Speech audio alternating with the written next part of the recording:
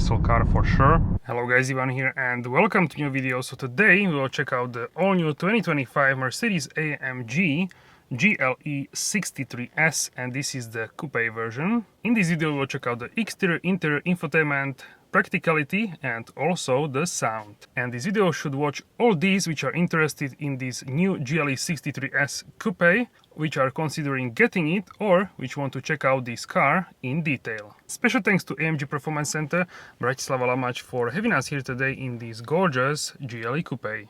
Alright guys, so let's check out the exterior first. Shortly we will check out the engine bay, we will listen to the cold start, then we will check out the rest of the exterior, and then the interior, infotainment and practicality.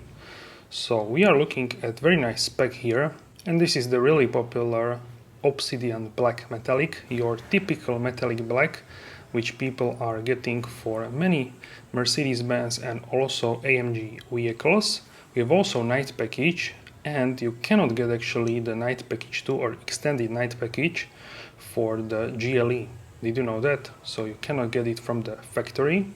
Here is actually the spec sheet of this car and also the price with the VAT 172K. And now let's open the hood and let's check out what is underneath the hood. Now we will talk about the performance and specs. So you need to pull the lever. Underneath is well-known 4.0 liter V8 bi-turbo. This one is hand-built in AFFALTERBACH, the home of AMG in Germany, small village, where is the factory for the engines. But the whole car is actually built in Alabama, in Tuscaloosa, I believe it's pronounced. So there is a factory and the engine is shipped there and mounted all the way to the engine bay here by the Bjorn one-man, one engine. And this engine produces 612 horsepower and 22 horsepower from the mild hybrid. So this is the mild hybrid version of the engine. 850 Nm of torque, that's 627 pound-feet of torque. And the engine is mated to speed-shift TCT9G torque converter, 9 gears. The acceleration from 0 to 100 km per hour takes only 3.9 seconds. And the top speed is 280 km per hour or 174 miles per hour. And to 60 miles per hour, 3.7 seconds, so really fast vehicle for sure. Alright, so now let's start the car and listen to the cold start.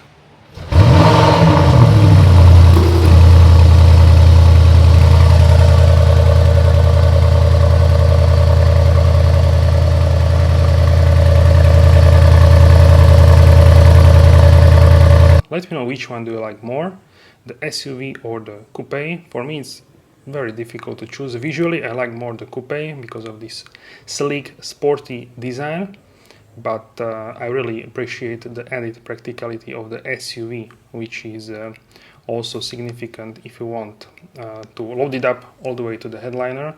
Then you have much more space in the SUV, also a little bit better price point. Alright guys, so this car looks really gorgeous in my opinion. This is new AMG Performance steering wheel, and here we have the modes. This is slippery mode, then individual, comfort, sport and sport plus, and you have also race mode. And I would say this is plenty of space considering we have a coupe shaped vehicle. This is solid 8-9 centimeters. That's about, I would say, 3-4 inches, let's say this sort of number. I'm 185-86 centimeters, 6 feet and 1 inch. Acceleration to 100 km per hour.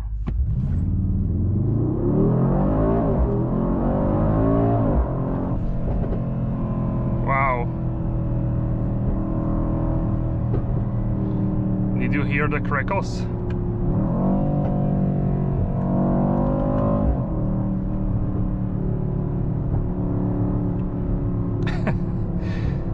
I've been driving this car. Let's go back to comfort mode, but let's turn the exhaust on. So I've been driving this car for the past couple of days, and I immediately noticed how pleasant of a ride this car is.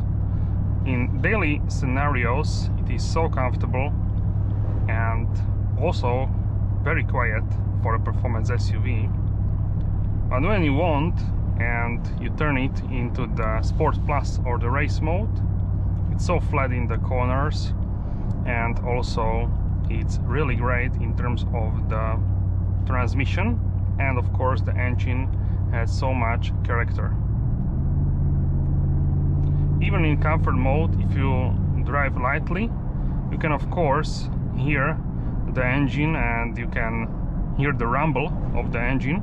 And if you don't use the engine that much, you will see the blue icon 4 with 4-cylinder. So this is using technology where it shuts the hub of the engine and you are using only 4 cylinders if you are in comfort mode. Also, what I like about this car is you have so much options to have the instrument panel, like in the, so you can have a super sport here in the instrument panel where the RPMs go to the side towards the front, like this illusion, 3D illusion. You can also change what is in the middle, G-force, temperatures, also trip settings, consumption at the moment, map, or you can have this simple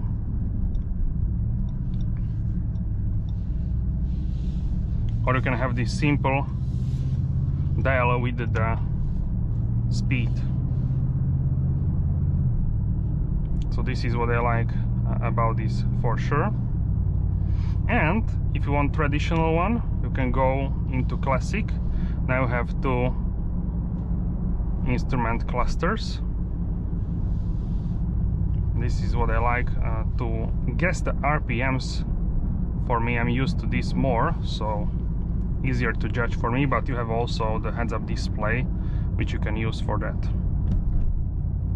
Also in the middle we have 3 temperatures, so it's always monitoring temperature of the transmission oil, then engine oil, and also the coolant. So if it's cold, the temperatures will be in blue. If it's ready to go, it will be in white, and I didn't see it yet, but I assume if it's red, then it is overheated. So this is something what I like to monitor. Not every car has this feature.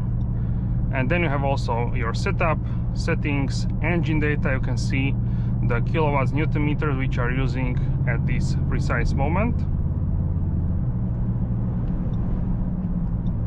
And similar as in the Super Sport, you have all other settings. Also attention assist and some other, like the map, for example. Apple CarPlay is now on full screen, so this is great. It was not like this before.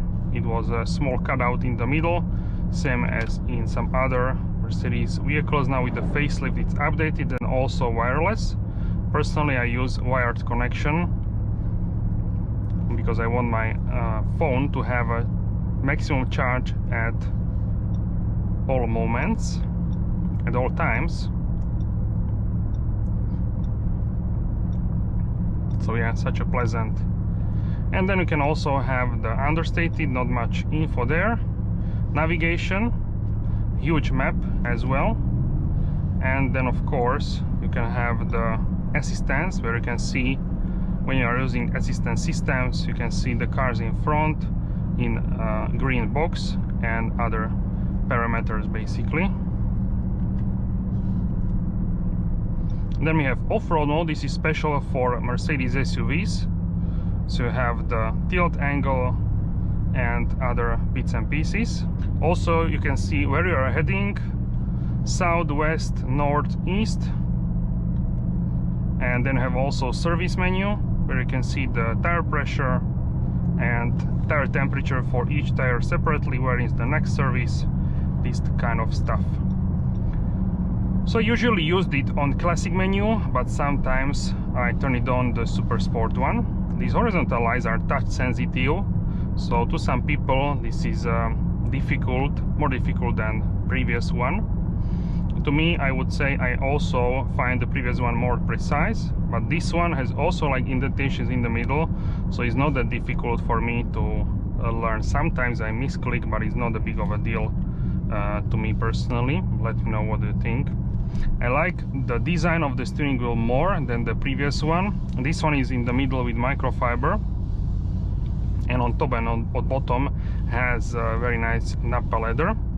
Also we have these touch controls for driving modes. So we have the slippery mode for winter conditions, then individual, where you can set up everything how you want.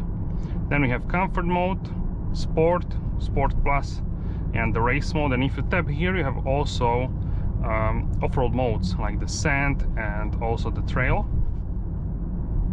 So I've been using usually in comfort, sport plus, sometimes individual. With comfort you can also change, and with all modes you can also change with the left dial.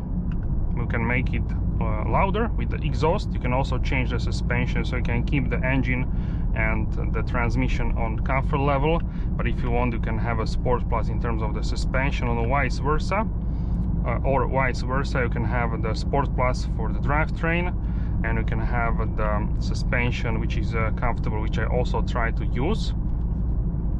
The suspension in Sport Plus is more stiff, it's less leaning, it's very flat in the corners, and I find it quite okay, I would say. So it's not harsh for sure. You can feel the road definitely more, but it's not unpleasant.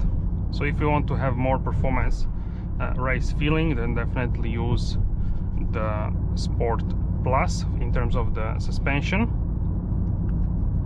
Okay, so let's do one more pull and acceleration.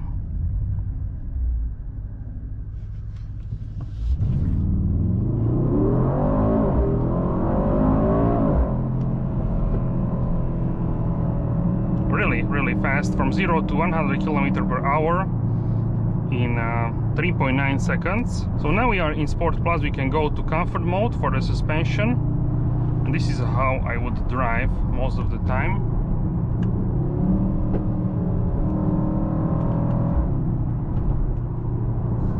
You can leave the shifting on automatic, or you can shift yourself.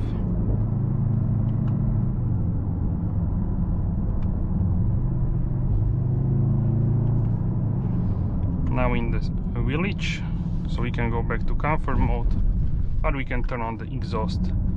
It's a nice rumble, nice grunt with this engine. This is what I like, so really good job.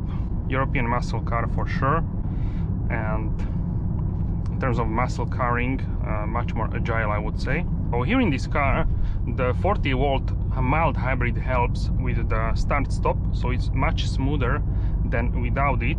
With some other cars, this is what I like, because without that, normal auto start-stop is like not the most pleasant thing, but with this, for me, it's fine. It like turns on without this shaking, we can say. This is easiest. How can I explain this to you? But now it needed to recharge the battery, so we had amber auto start stop icon, so it doesn't switch off the engine always, because it needs to recharge the battery as well. Now we are in 4-cylinder mode. I hope you can see that blue icon. I will show it to you. If you cannot see that, I will show it to you on the screen. Now the road is a little bit not straight, so good test section, very good calibration of the suspension. I would definitely buy this over GLE 53. So there is like 50-40 depending on the country, maybe less more, around 40-50,000 euros or dollars, the difference in price. So it's quite huge, the difference, but I would say it's worth it if you care about it, of course. If you want more like a lifestyle SUV, the 53 will be better for this purpose. So yes, definitely the 53 is better deal, we can say, because you are still getting the AMG suspension. Of course, the engine is a 6-cylinder. It's enhanced by AMG, not handcrafted, but the 63 is a real deal if you want if you are a petrol head and you have a budget like that. If you can, for sure test drive both of these engines. Also there is a GLE 580 that is not an AMG version but has the same V8 as here, which is an interesting proposition for sure. Overtaking with this car is so easy. It's so much power, so you don't need to be worried for sure. So yeah, that is great. In terms of consumption, you can check it out. Consumption from reset, so from basically from being the new car, it's 13 liters. And I think this is fine for this car. It was lower when it was running in. I can show it to you on the screen. And you will see also MPG for the UK and US on the screen. For me this is fine, because this is a huge SUV with the V8 engine, so you cannot expect this to have low consumption long term. But I tried on the highway driving at 100 km per hour, 60 mile per hour constantly with constant speed, and I got around 9 liters, 9.5, depending of course on the wind, this kind of stuff. So certainly in countries where you have this kind of speed limit, it's possible to have a lower consumption. So this is great as well.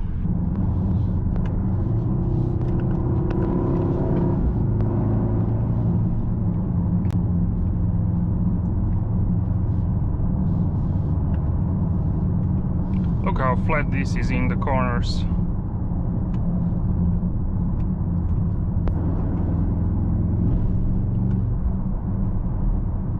Absolutely love it to driving this here on the country roads.